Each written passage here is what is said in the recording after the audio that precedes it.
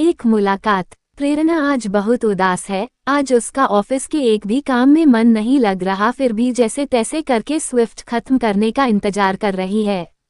लेकिन समय है कि कटने का नाम ही नहीं ले रहा।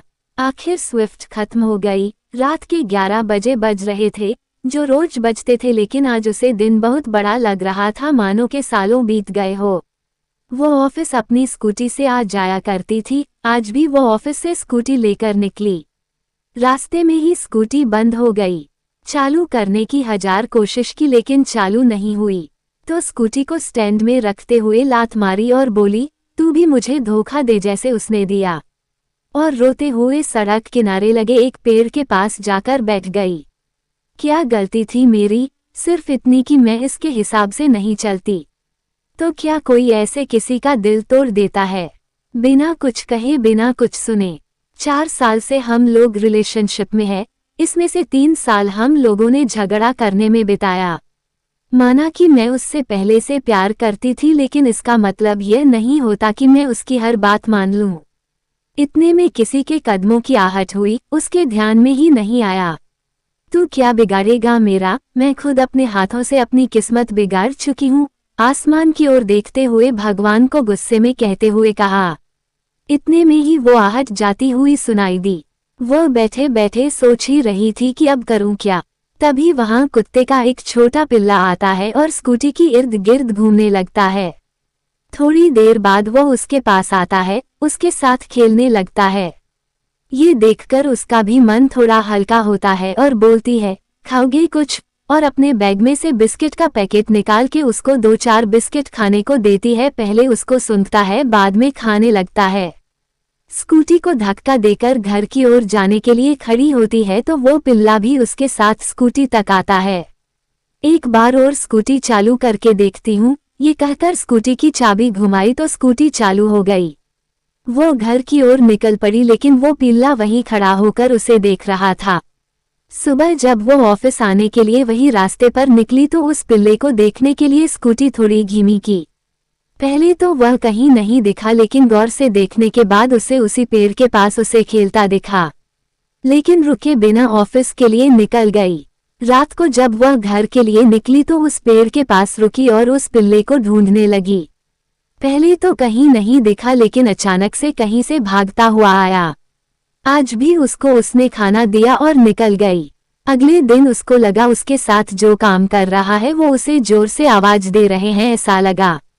पहले तो घबरा गई, फिर उसको जाकर पूछा तो उस सब ने मना कर दिया।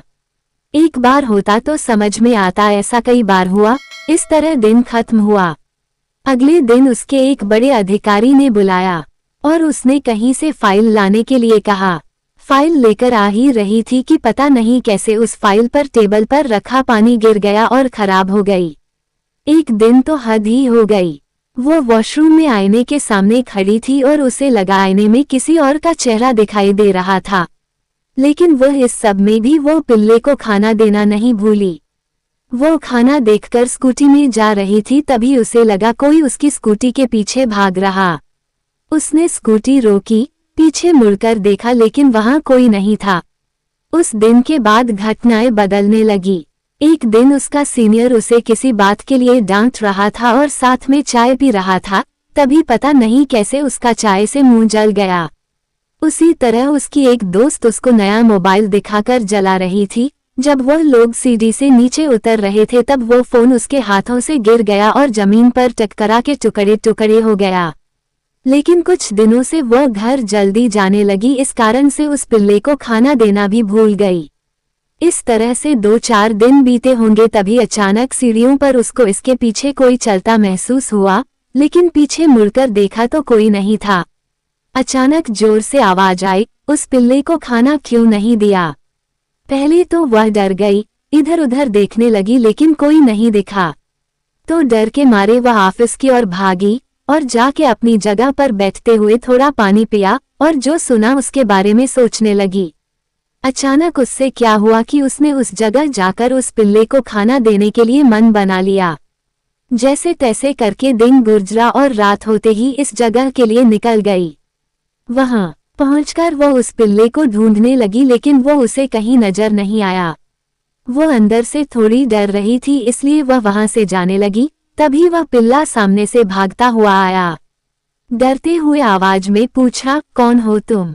तो एक हंसी की आवाज आई और हंसते हुए किसी ने कहा, तुम्हें क्या लगता है मैं ये पिल्ला हूँ? कौन हो तुम और कहाँ से बोल रहे हो? कांपते हुए पूछा। पेड़ के पीछे से एक छाया बाहर आया। मैं एक भूत हूँ, मेरा नाम प्रेम है। तो वो सब तुम कर रहे थे? डरी सहमी आवाज में। किया जो कुछ ऑफिस में मेरे साथ हो रहा था, कांपती हुई आवाज में। सच बोलूं तो हाँ, लेकिन तुम्हें नुकसान पहुंचाने के लिए नहीं, सिर्फ डराने के लिए। लेकिन क्यों? क्योंकि मैं एक भूत और भूतों का काम ही है डराना। वह डर के मारे कांपने लगी। उसे डरते हुए देख वह बोला, डरो मत, वह तो बहुत पहले की बात है जब मैंने तुम्हें पहली बार देखा था। आखिर तुम्हें चाहिए क्या? तुम? क्योंकि मैं तुम्हें पसंद करने लगा हूँ। वह अंदर से पूरी तरह से हिल गई, ये सोचते हुए कि एक भूत जो उसे पसंद करता है।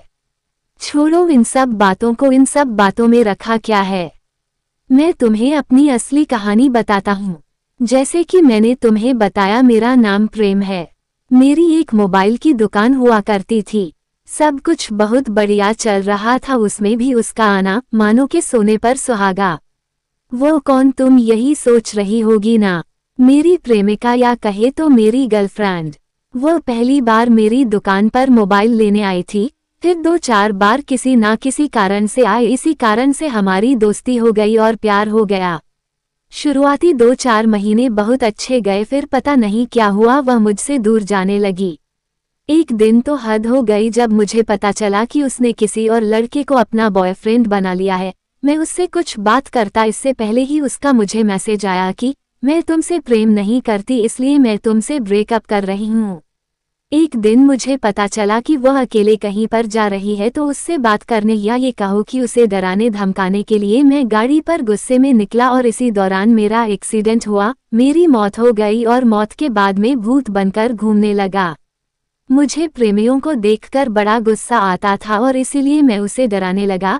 ऐसे करने में मुझे मजा आने लगा और यही मैं करता रहा।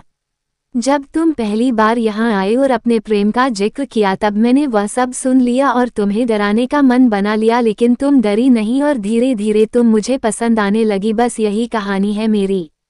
तुम्हें ऐसा लग रहा है कि ऐसा करने से कोई खुश हो जाएगा, तो तुम गलत सोच रहे हो। कोई इतनी सी छोटी सी बात के लिए इतना बड़ा नुकसान नहीं करता। गलती होने पर इस तरह का बुरा बर्ताव किसी के साथ नहीं करता जैसा तुमने मेरे साथ किया।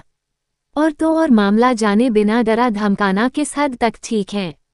कल को मानो तुम किसी बात पे नाराज हो गए तो तुम मुझे मार ही डालोगे। वो अपनी गलती समझ गया और वहां से चला गया, लेकिन प्रेरणा भी इस सब में अपनी गलती समझ गई और फोन करके सही तरीके से बात करके ब्रेकअप कर लिया।